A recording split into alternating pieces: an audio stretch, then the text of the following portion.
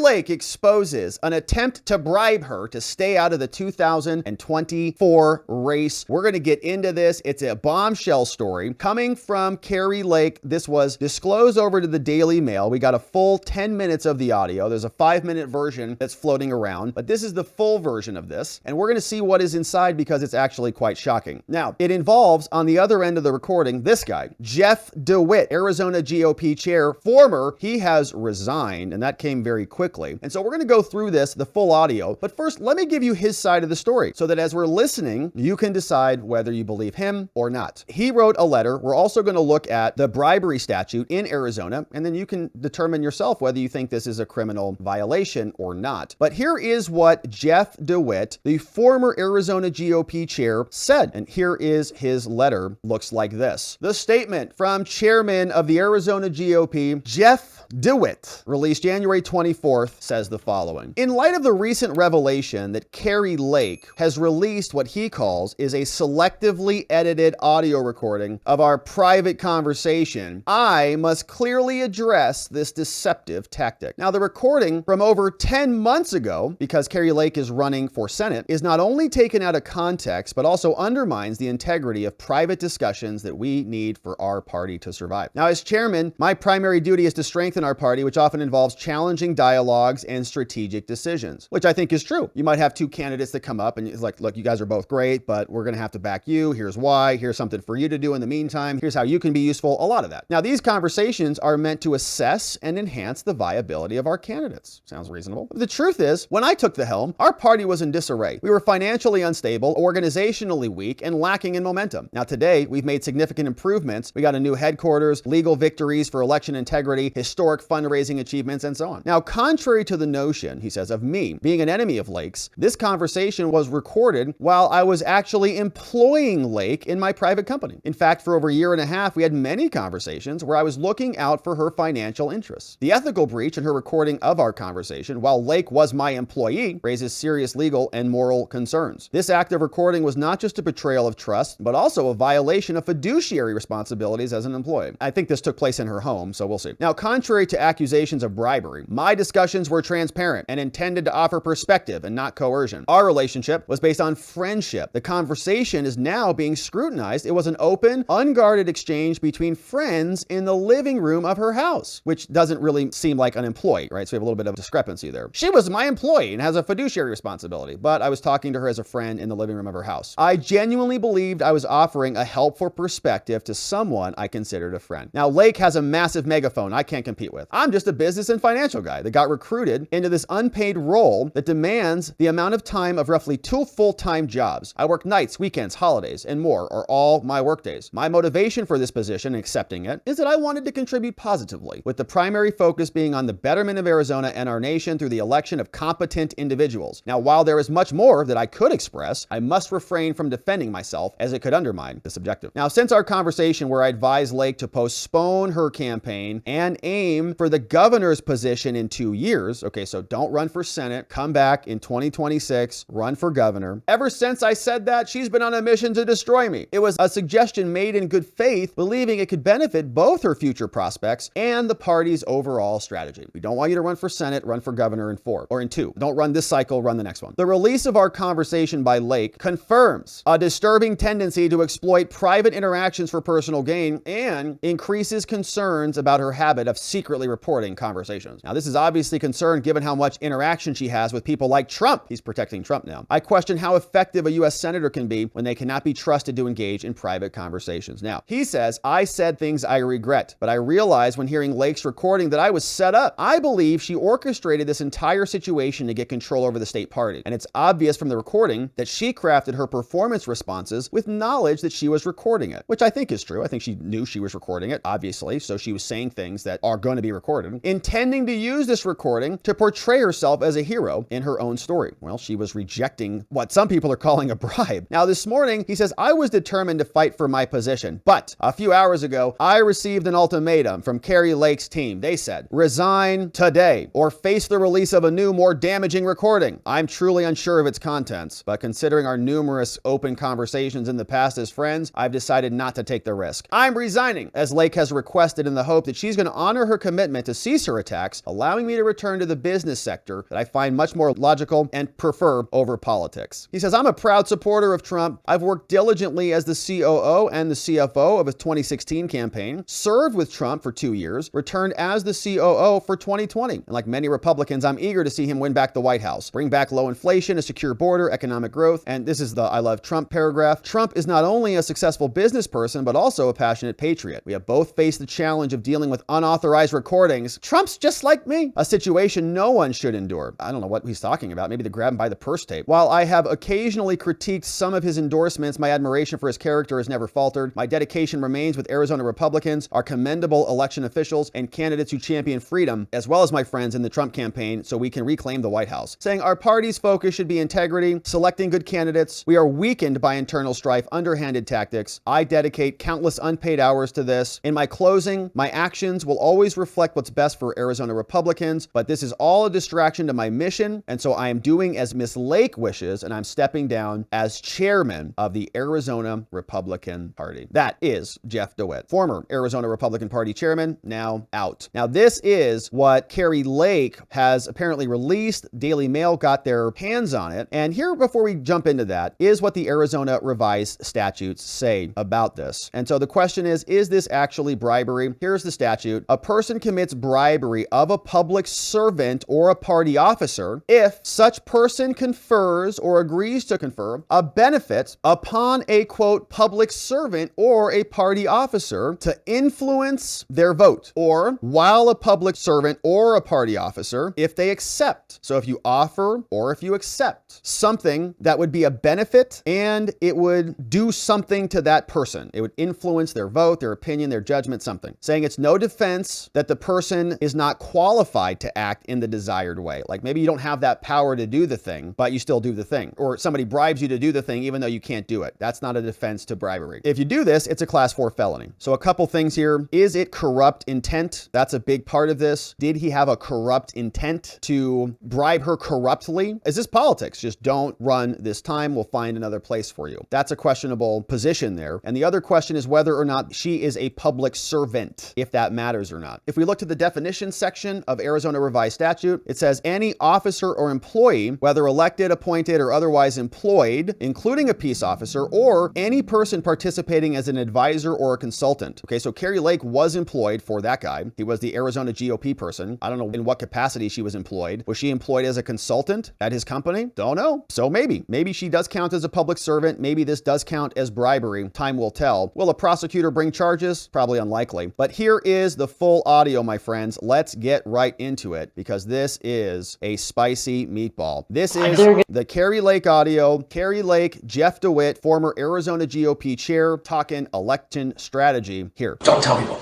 They're going to try to have me murdered. If that stuff that came out last week is right about the cartel stuff, man. They said the cartel's operating in 50 states right now. Like all 50. Cartels in 50 states. So nice job. What's going on? Who is it? What? Forget the who. Let me just tell you what. I just say there are people calling around saying, gosh, no, they can't repeat this. Never repeat this. If you say no, don't. If you say, I got offered to buy out. Don't. Because then we lose our ability to get things done in the future. Here's my problem. Rather than just say, let's work with her. She's a great candidate. Because they don't own me. And it pisses me off. Yeah, I said I know it's about ownership. It's about control. I don't know it's about control. It's about being on the team. They want to be on the team. That's control. They want you to be on their team, you know? But if they're pushing a globalist agenda, I can't do that. Whose team? So what do they want? What do they want me to do? You want to stay out for 2 years. But let me tell you what I can offer you. It's an offer. But I said you can do whatever you want. It's talking head, this and that. So talking head. The ask of me was, it's kind of funny. So the ask I got today from back east was, back east. Is there any companies out there or something that could just put her on the payroll and keep her out? And I said, what are you willing to do? This is about defeating Trump, and I think that's a bad thing for our country. DeSantis is not America first. This is about the final death blow to Trump. It's not good for our country, Jeff. It's not. But at the same time, I'm not even sure Trump can win. I don't know that he can win. I think what it really comes down to for a lot of people. So make your It's beds not about like control or agenda. It's just about the ability to raise money to win. If you really want to know, all of politics boils down to money. I think. And even on their end, like what makes them the most money. Right. I know. All these consultants don't want their moving payday. pieces around so they can get paid. And I don't want to make a deal with these kind of people. This is a hill worth dying on. If they're going to steal the election to make me and our movement go away, I'm not letting them do that. I owe it to the people of Arizona. Or to carry their torch and their voice. Or you don't go away, but you pause. This is the battles right now, Jeff. And we don't have time to pause on this battlefield. You can't scratch their back. Yeah. You don't have anything to offer. They're sitting around people that have something to offer them. It's a backspin club. That's all DC is. You're in no position to scratch anybody's back, and you've already made it known that if you get there, you're not going to scratch anybody's back. I don't scratch people's back. I've been on the outs with a lot of people for a long time, because I don't scratch my back. Where are we in 2 years if they steal the election again? Listen to what you're saying. Why don't we do something about it? Exactly right. So that we the people can pick our... What can we do? I'm not willing to accept that. And I'm going to be the biggest pain in these people's... Go back and tell them that. I'm running, and I'm going to be the biggest pain in their... Willing to tell them that. Good. And they're going to have to kill me to stop me. I know.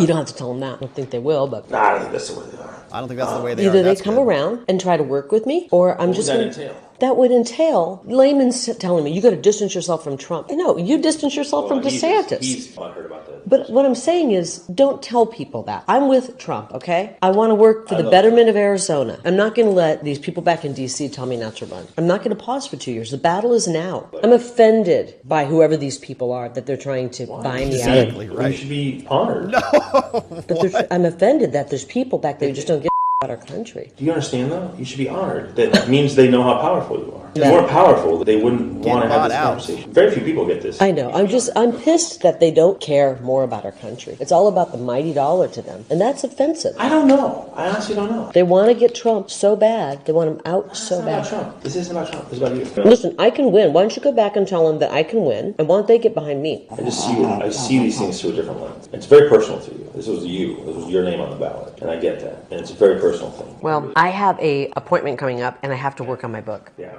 I'm not good. I appreciate their concern. Just to say, is there a number at which I can be bought.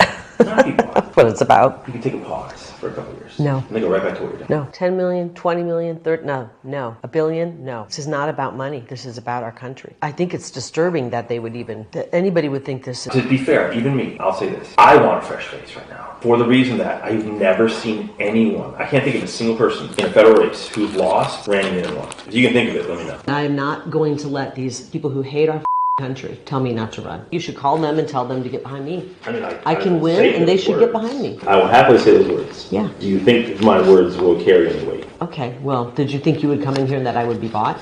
It's not being bought. Yes, it is. It is being bought. They are trying to buy me out of running. It's actually, I mean, all right, I'm flattered. I'm offended. I'm offended for our country. We have people like this who live here. What I think is this, is it can give you an incredible opportunity to have a bigger voice to fight for stuff than you currently do. Yeah. Not as big as a senator. You know what I mean? Yeah, I don't want to deal with people like this. These people are un-American, and I think they're unethical, and I would be absolutely immoral if I did that. Again, that's immoral. I couldn't look at myself in the mirror if I.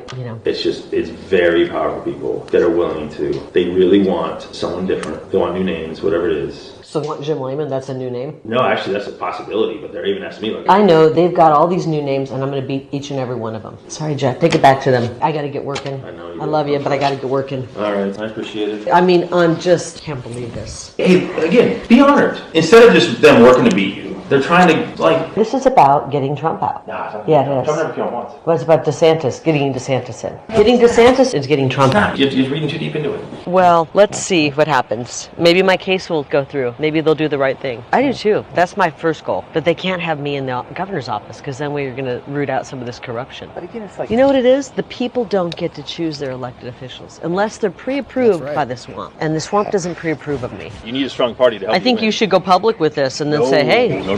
These people don't want to... Then I turn my key in my car and I go... Guy said I turn my key into my car. If I go public with this, it's going to explode. Tell them I'm not flattered. I'm offended that Don't tell anybody we had this conversation. I'm offended that they don't care about our country more. I actually wish you'd just give me a counter offer this big. Give me a counter.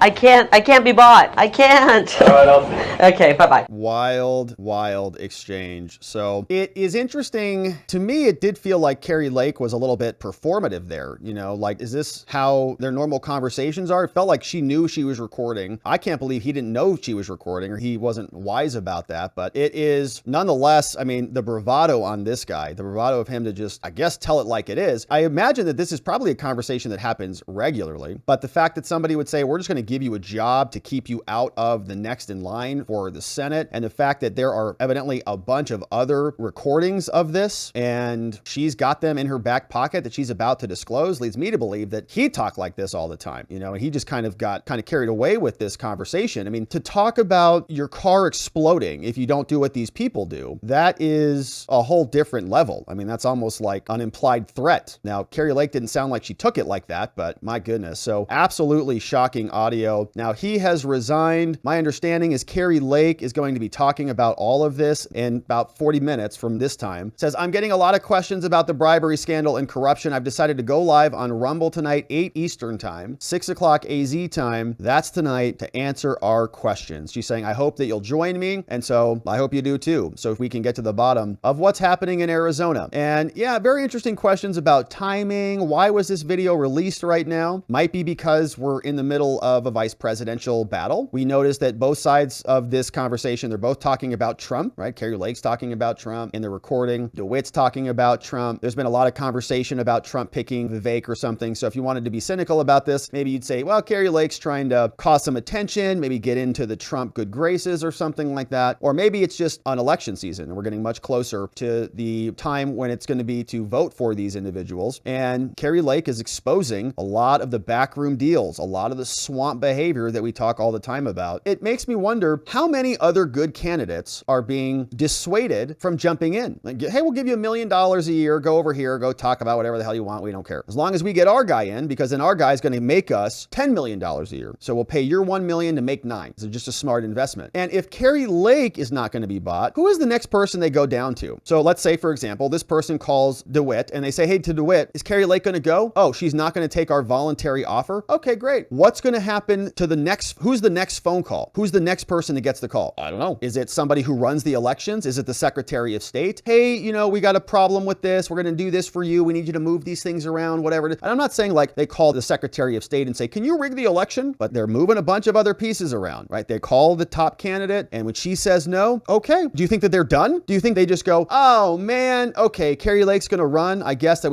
that's the end of that one. Of course not. They call the next people and the next people, and their operation is to make sure she doesn't win, and they're still going to get their guy installed in anyways. And of course, we saw that happen in 2022 here. Kari Lake, the day of election voting, huge swaths of the entire state of Arizona were disenfranchised on election day when people were going to go vote for her. So the pattern is being exposed. I think the timing is, very nice, and it is going to be interesting to see what the GOP does. Trump's coming to Arizona, I think Friday, and so we'll see if there's any fallout on this, but an explosive audio recording. I think that largely, this is probably how politics is done. I think it's disgusting, but it's probably a conversation that's a little bit more common than we would let on to, and so I'm grateful to Kari Lake for letting us peer inside, see how the mechanics actually work. I don't like to just default and say, well, it's just politics. That's not how politics is supposed to be. Maybe it's dirty, maybe it's gross and disgusting, it is, but we should demand better from our people in charge. And we've got elections to win. We trust our AZ GOP chair people. We want them to do the work and,